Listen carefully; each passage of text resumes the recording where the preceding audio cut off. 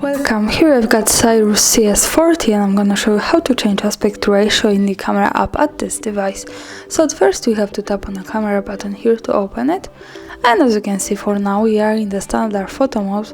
So let's go to more advanced options. We can do it by tapping on this button here in the left corner at the bottom.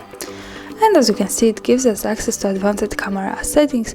For now we are in the general settings. We can change it to the photo or video settings. So for now let's stay on the center on the photo settings.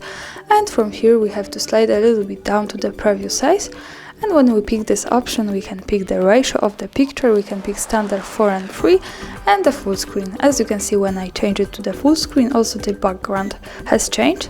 So this is how it works here, and that's all. Thanks for watching, subscribe our channel and leave the thumbs up.